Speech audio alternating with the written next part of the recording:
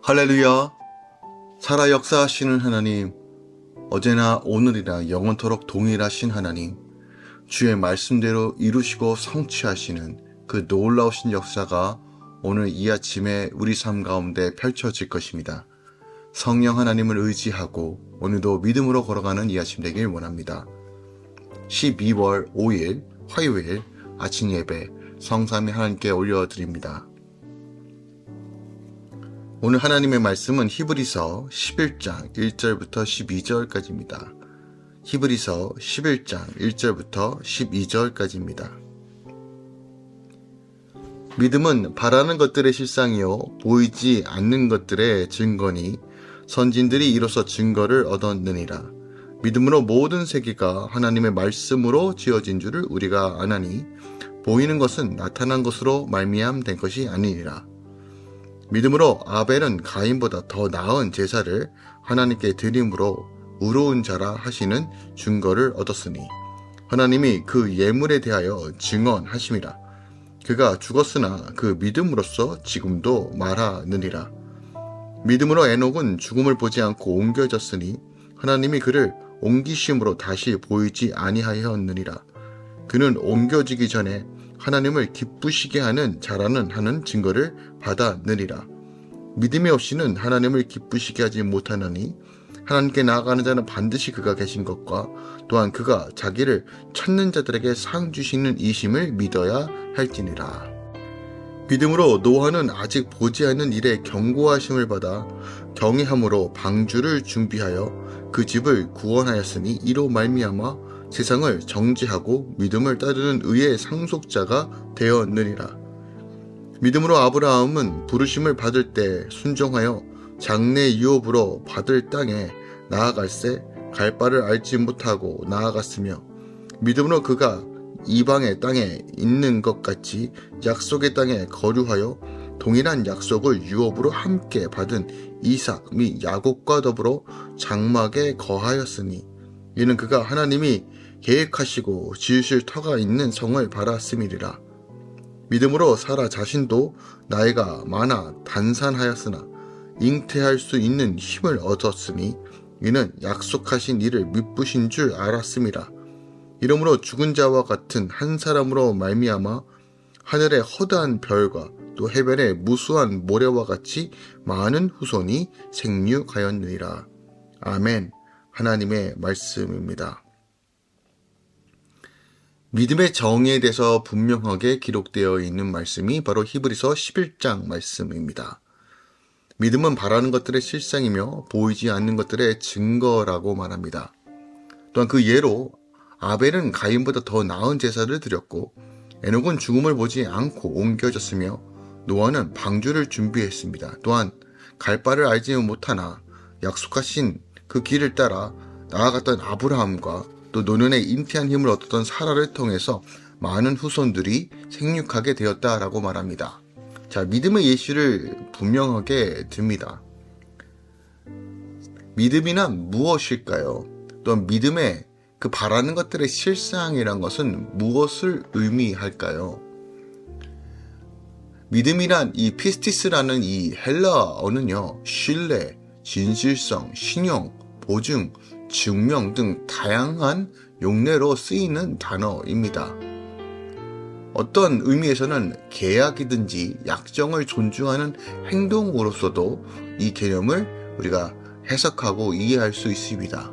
보편적으로 하나님을 향한 신념, 믿음, 그리고 바람, 이 모든 것들에 대한 의미를 담고 있다는 것이죠. 중요한 것은 그 후에 나와 있는 말입니다. 바라는 것들의 실상이라고 말합니다.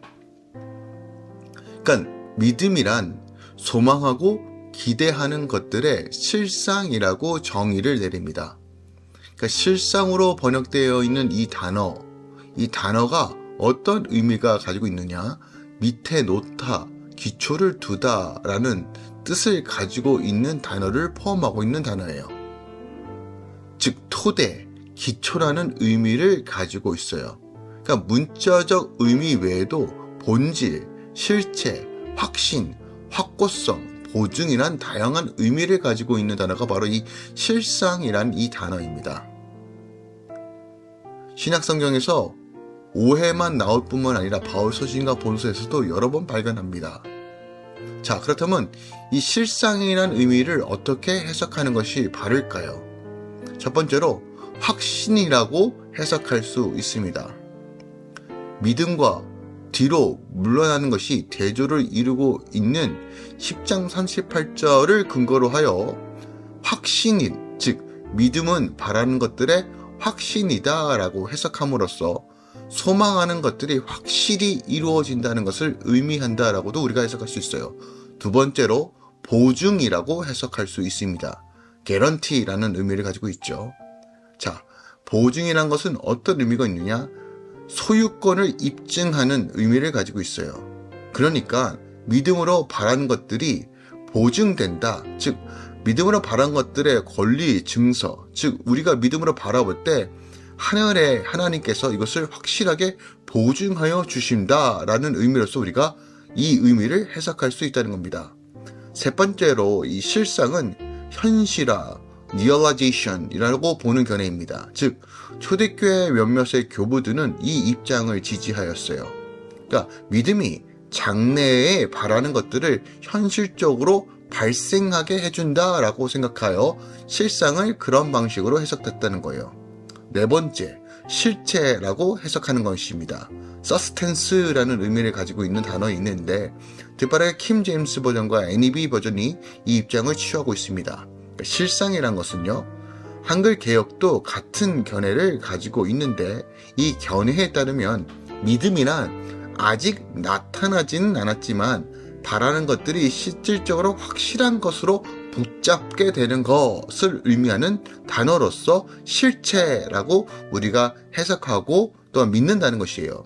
또한 다섯 번째, 이 실상을 토대, 기초라는 것으로 해석도 가능하다는 것입니다. 자, 문자적으로 의미를 해석할 때 바라는 것들의 기초이다, 바라는 것들의 토대이다 라고 보는 것입니다. 이럴 경우 믿음은 소망이라는 보이지 않는 구조물을 아래에 떠받치고 있는 토대와 같다는 것이에요. 그러니까 믿음이 없으면 소망도 물거품이 되고 만다는 의미를 포함하고 있습니다. 자, 이 모든 다섯 가지 견해들이 모두 타당합니다. 이것을 종합적으로 우리가 이해해 볼 필요가 있어요. 그러니까 영적인 영역에서 하나님께서 우리에게 믿음을 주시고 이 믿음을 근거로 토대로 하여 실체가 되게 하시며 또한 실체가 되는 과정 중에서 이것을 보증하시고 확신까지 주신다는 것이에요. 그러니까 이 모든 의미를 한꺼번에 이해해야지만 믿음은 바라는 것들의 실생이라는 분명한 의미를 우리가 찾아볼 수 있다는 것입니다. 그러므로 믿음이란 소망을 지탱해주는 토대로서 소망하는 바가 그냥 허상으로 끝나지 않고 실체가 이루어지는 것을 보장해주는 실체라는 의미를 가지고 있는 것이에요. 자, 그러므로 오늘 이 본문에서 이 히브리서 기자가 믿음을 소망하는 것 혹은 기대하는 것과 관련되어 고려해 볼 때 믿음은 현재 사실에 대한 확신을 기반으로 하여 미래의 그 실체를 드러내는 행동, 그리고 그것을 믿는 것이라는 거예요. 또한 믿음은 아직 얻지 못한 어떤 것들에 대하여 이미 소유하였다고 확신하는 것과 또한 믿음은 우리로 하여금 바라보는 보는 것들을 소유할 수 있게 해주는 권리 증서가 된다는 것이에요. 이처럼 믿음은 바라보는 것, 기대하는 것에 대한 확신으로 그 모든 근거가 된다는 것, 약속의 말씀을 붙잡고 나가는 것이 바로 믿음이고 믿음으로 바라는 것들의 실상이 되는 놀라운 역사가 이 믿음 안에서 이루어진다는 것이에요. 자, 그렇다면 우리 삶 가운데 믿음으로 이루어질 그 모든 근거는 결국 하나님의 말씀입니다.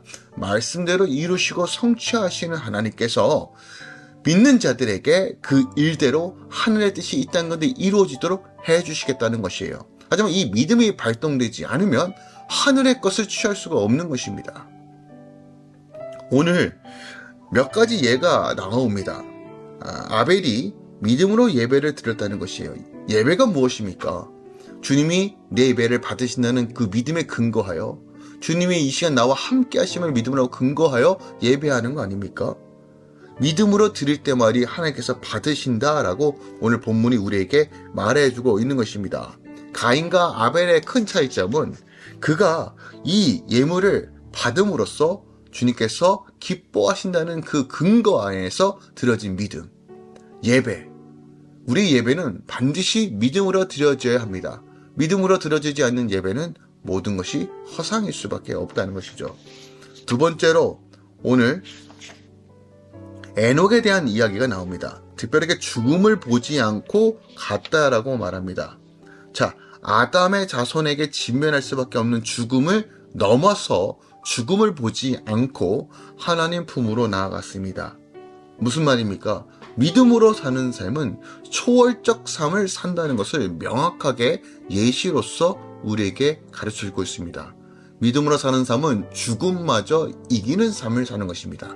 이것이 바로 부활의 능력으로 살아가는 삶입니다. 또한 세 번째 예로 노아의 예를 듭니다. 노아의 홍수로 인하여 온 인류가 심판 가운데서도 그가 주님을 믿는 믿음으로써 방주 안에서 온 가정이 생명을 유지할 수 있었습니다. 무엇을 의미합니까?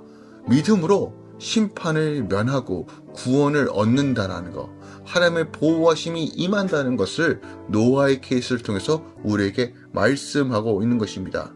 또한 아브라함과 사라의 예를 듭니다.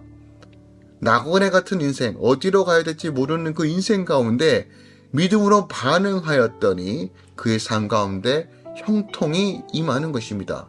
복된 삶이 임하는 것입니다. 심지어 임신할 수 없는 몸 상태에서도 생명을 잉태하게 되는 것입니다. 이것은요, 말씀 증거와 복음 증거의 실체가 어디서부터 시작되는지를 우리에게 보여주고 있습니다. 불가능을 가능케 하시는 하나님, 그 믿음이 우리를 새롭게 하며 능력으로 인도한다는 것입니다. 그리고 이 믿음은 바로 말씀에 근거한 것입니다.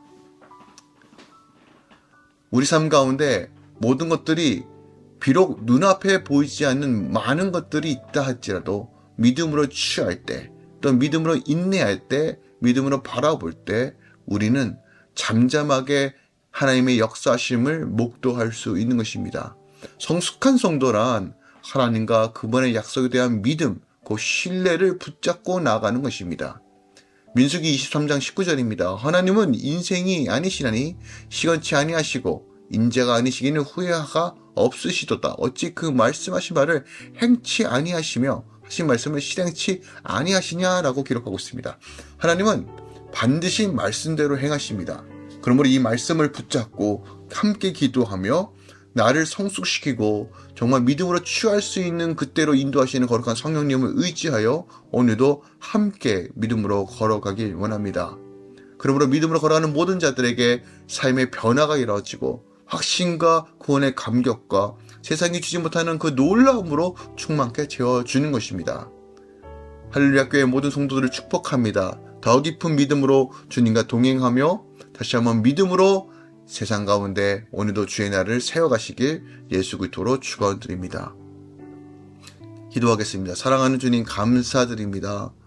하나님, 우리가 우리의 믿음을 깎아버리려고 공격하는 모든 사단의 공격으로부터 온전한 믿음으로 지킬 수 있도록 도우시며 또한 믿음의 선진들처럼 우리가 주님의 기쁨을 누리며 증거하는 세대 되게 하여 주시옵소서. 마지막 때일수록 사단은 우리의 믿음을 꺾으려고 합니다.